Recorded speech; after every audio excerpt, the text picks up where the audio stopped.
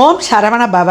பாலும் தெளிதேனும் பாகும் பருப்பும் இவை நாளும் கலந்துனக்கு நான் தருவேன். கோலம் செய் துங்க கரிமுகத்து தூமணியே, நீ எனக்கு சங்கத்தமிழ் மூன்றும் தா. நெக்சர் அன்பர்கள் அனைவருக்கும் ஆத்திய சொர்ணலக்ஷ்மி ஆத்ம வணக்கங்கள். இந்த பதிவு மிக சிறப்பான பதிவு அப்படின்னு சொல்லலாம். 2026 இந்த வருடம் எப்படி இருக்க போகுது என்பதை பார்க்கவிருக்கிறோம். அனைவருக்கும் உலங்கணிந்த ஆங்கில புத்தாண்டு நல்வாழ்த்துக்கள். இந்த வருடம் பார்த்தீங்கன்னா கன்னி லக்னத்தில் உதகமாகி சந்திரன் ரோகிணியில் பயணிக்கவிருக்கிறார்.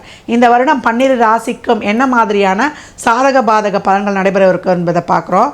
அது மட்டும் இல்லாமல் இந்த வருடம் பொது பலன் பார்த்தீங்கன்னா இந்த வருடம் மட்டும் இல்லை, தமிழ் வருடம் பிறக்கக்கூடிய பராப வருடமும் கொஞ்சம் சுமாரான வருடமாக இருக்குது.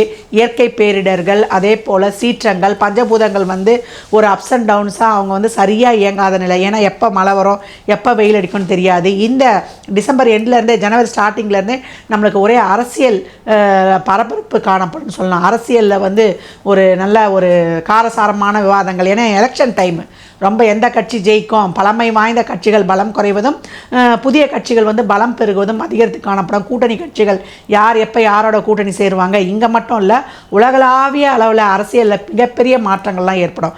ஏன்னா ராகு கும்பத்திலும் கேது சிம்மத்திலும் இருக்கும் பொழுது அரசியல் துறை சார்ந்த தலைவர்கள் அவங்களுடைய ஆரோக்கியம், ஆயுள், அவங்க பர்சனல் சம்மந்தப்பட்ட விஷயங்களில் ரொம்ப கவனமாக ஒவ்வொரு செயலையும் அவேராக இருக்கணும். அவர்கள் பேருக்கு களங்கம் ஏற்படுற வகையில் ரொம்ப செயல்கள்லாம் ஏற்படும். நம்ம இதுக்கு முன்னாடியே நிறைய இந்த பிரளய ராசின்னு சொல்லக்கூடிய கடகத்தில் இப்போ அடுத்து குரு டிரான்சிட் ஆவார். கேது அங்கே போய் எண்டில் சேருவார்.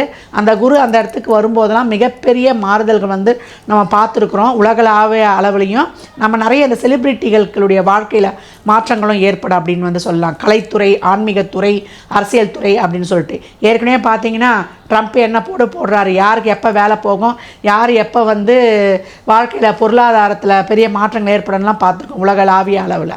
அதனால் இப்போ வரக்கூடிய நாட்களில் அடுத்த ராகுக்கு எதுவும் டிரான்சிட் நம்மளுக்கு மகரத்துக்கும் கடகத்துக்கும் போக இருப்பதனாலையும் வறட்சி, அதே போல் நிறைய ஒரு உடல் நல குறைபாடு, புது புது மருந்துகள்லாம் கண்டுபிடிப்பாங்க. ஆனால் நோய்கள் நிறைய வரக்கூடிய காலகட்டமாக இருக்குது. நம்ம எல்லாத்துலேயுமே கவனமாக இருக்கணும். தொழிலாளர்கள் புரட்சி செய்வதும், முதலாளிகளுடைய கை ஓங்குவது, அதே போல் மக்கள் எல்லாத்துக்குமே ஒரு திண்டாட்டம் ஏற்படக்கூடியது, விலைவாசிகள் அதிகரிப்பது, இதெல்லாமே காணப்படும். உற்பத்தி சார்ந்த துறையெல்லாம் இப்போ ரொம்ப டெவலப் ஆகும். ஏற்றுமதி இறக்குமதி துறையெல்லாம் ரொம்ப சிறப்பாக இருக்கும். விவசாயம் ரொம்ப செழிக்கணும்லாம். விவசாயத்துக்கு நம்மெல்லாம் ரொம்ப ஆதரவு கரம் நீட்டணும். ஏன்னா விவசாயம் செழித்தால் தான் அனைத்து துறையுமே சிறக்கும். கால்நடை வளர்ப்புகள்லாம் ரொம்ப சிறப்பாகவே இருக்கும். இந்த காலகட்டம் இந்த கிரக மாறுதல்கள்லாம் நம்மளுக்கு ஒரு தாக்கங்கள்லாம் கொடுக்காமல் இருப்பதற்கு விவசாயிகளுக்கு நம்மளால் என்ற உதவிகளை செய்யணும். அப்போ கோ சம்ரக்ஷணம், பசுக்களுக்கு எவ்வளோக்கு எவ்வளோ நம்மளால் என்ற உதவிகள்லாம் செய்யும்பொழுது இந்த கிரக தோஷங்கள் நம்மளை ஒன்றுமே செய்யாது. இந்த ராகுக்கு இது டிரான்சிட்டில் போகிறது, சனி குரு இந்த பிரளய ராசியில் இருப்பதெல்லாம் அப்படின்னு சொல்லலாம். நிறைய விவசாயிகளுக்கு இந்த கருப்பாடுகளை வாங்கி கொடுக்கும்பொழுது நம்ம முன்னோர்களின் ஆசைகளை சிறப்பாக பெற்றுக்கொள்ளலாம். இனி 12 ராசிகளுக்குமான சிறப்பான பலன்களை துல்லியமாக தனித்தனி பதிவுகளாக காணலாம். பதிவுக்குள் போகலாம் வாங்க. கடகராசி கடகலக்னத்திற்கான பலன்களை காணவிருக்கிறோம். இந்த வருடம் கடகத்திற்கு கனவுகளெல்லாம் நிறைவேறும் அப்படின்னு சொல்லலாம். நிறைய சோதனை, அஷ்டம சனியை கூட நாங்கள் ஒரு ஃபேஸ் பண்ணிட்டு வந்துட்டோம். இந்த அஷ்டம ராகுவை எங்களால் கையாள முடியல அப்படின்னு கதறி கொண்டிருந்தார்கள் அப்படின்னு சொல்லுவோம். நிறைய வேதனை, ஹெல்த் இஷ்யூ, உறவுகள் சார்ந்த பிரச்சனை, குடும்ப உறவுகளால் நம்மளுக்கு அந்த நம்பிக்கை துரோகத்தெல்லாம் எதிர்கொண்டவர்கள். அதே போல் நம்மளுக்கு டே டு டே லைஃப்பில் வேலை செய்கிற இடத்துல ஒரு நிம்மதி கிடையாது, ஒரு நிரந்தர தொழில் கிடையாது. ஒரு சின்ன கடன் வாங்க போய் அந்த கடன் வட்டி கூட்டி போட்டு நிறைய சோதனைகளை டே டு டே லைஃப்பில் சந்தித்து கொண்டிருக்கிறோம். குடும்ப உறவில் வேறு யாரில் அம்மா, அப்பா, பொண்டாட்டி, புருஷன், புள்ள, இப்படி தான் எங்களுக்கு பிரச்சனைகள் கொடுக்குறவங்களாக இருக்காங்க. நம்மளை புரிந்து கொள்ளாதவர்கள். நான் தான் இவ்வளவும் குடும்பத்திற்கு ஓடா உழைக்கிறேன், ஆனால் ஒரு வார்த்தை ஏதாவது நம்மளுக்கு சொல்லிட்டோன்னா நம்மளுக்கு அந்த இடத்துல சொல்வாக்கு செல்வாக்கு எதுவும் இருக்க மாட்டுது. உடலில் ஏதாவது ஒரு உபத்திரவம் கொண்டே இருக்குது, ஏண்டி சம்பந்தமான பிரச்சனை. அதே போல் ஒரு சிலருக்கெலாம் சாப்பிடவே முடியல, எது சாப்பிட்டாலுமே எனக்கு ஒத்துக்கொள்ள மாட்டுது அப்படின்ற மாதிரி ஒரு சிலருக்கு இருக்கக்கூடிய அந்த உணவு தோஷன்றது இருக்கும்.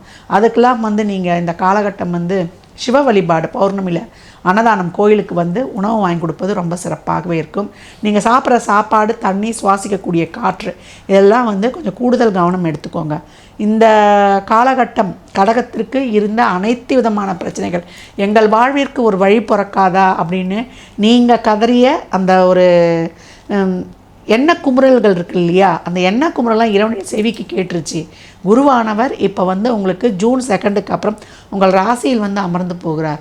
இது வரைக்கும் வந்து ஒரு தொழிலில் வந்து வேலையை விட்டுட்டேன், வேலை இல்லை, தொழில் செய்கிற இடத்துல எனக்கு பிரச்சனை, நிறைய முதலீடு போட்டு அந்த முதலீடுலாம் வந்து நஷ்டமாயிடுச்சு அப்படின்றவங்களுக்கும், இது வரைக்கும் வந்து உடல் நலம் வந்து ரொம்ப குறைபாடு, சௌகரியம் இல்லாமல் ரொம்ப கஷ்டப்பட்டு கொண்டு இருக்கிறேன் அப்படின்னு சொல்லக்கூடியவராக இருந்தாலும், நிறைய வந்து எதிரிகள் தொல்லைமா, என்னால் ஒன்றுமே பண்ண முடியல, எந்த ஒரு ஸ்டெப்பை எனக்கு எடுத்து வைக்க முடியலன்றவங்களுக்கெல்லாம் குரு வந்து ராசியில் அமர்ந்தவுடன் உங்களுக்கு சிறப்பான ஆற்றல், ஞானபலம், தேகபலம், அருள் பலம் எல்லாம் வந்து ஒன்று கூடி விஸ்வரூப அவதாரம் எடுக்க போகிறீங்கன்னு சொல்லலாம். ஏன்னா சரராசியை பொறுத்த வரைக்கும் குரு உங்கள் ராசிக்கு வந்தவுடனே உங்களுக்கு குரு சந்திர யோகம் வந்து ஆரம்பிச்சிடும். அது மட்டும் இல்லாமல் அம்ச யோகமும் உங்களுக்கு ரொம்ப சிறப்பாகவே செயல்படும் அப்படின்னு வந்து சொல்லலாம். நல்ல தொழில் முன்னேற்றம், ஊர் மாற்றம், இடமாற்றம், உத்தியோக மாற்றம், பேர் புகழ், வாழ்நாள் சாதனையாளர் விருது, தொழிலில் நல்ல வந்து ஒரு மைக்ரேஷன், நல்ல வெளிநாட்டு வேலை வாய்ப்பில் இருந்து நல்ல பண வருவாய், முதல் கடனை அடைச்சிருங்க.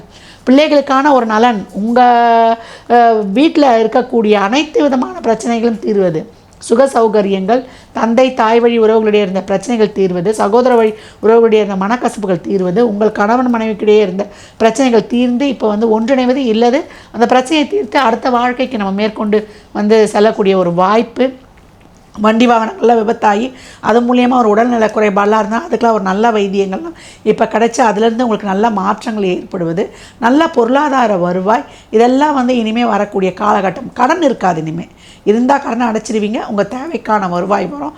ரொம்ப அமோகமாக, அற்புதமாக, அட்டகாசமாக கடகம் பயணிக்கவிருக்குது அப்படின்னு வந்து சொல்லலாம். நீங்கள் எப்போவும் திங்கட்கிழமை தோறும் மதியம் 1 to 2 ஒரு அன்னதானம் செய்யும் பொழுது உங்களுக்கு அனைத்து விதமான பலன்களும் வந்து சேரும். எப்போ நீங்கள் வந்து சந்திரமௌலீஸ்வரரை வணங்கும் பொழுது தேய்பிரை பிரதோஷம், வளர்பிறை பிரதோஷம் 2 பிரதோஷத்துலேயும் உங்களால் இயன்றது நம்ம பச்சரிசி, வெல்லம், மிளகு, சீரகம், கல்லுப்பு இந்த பொருளை வாங்கி கொடுக்கும் பொழுது கடகம் வெற்றியின் படிகளில் அமோகமாய் பயணிக்கும். கடக ராசி லக்னக்காரர்களுக்கு நல்வாழ்த்துக்களை தெரிவித்துக் கொள்கிறேன்.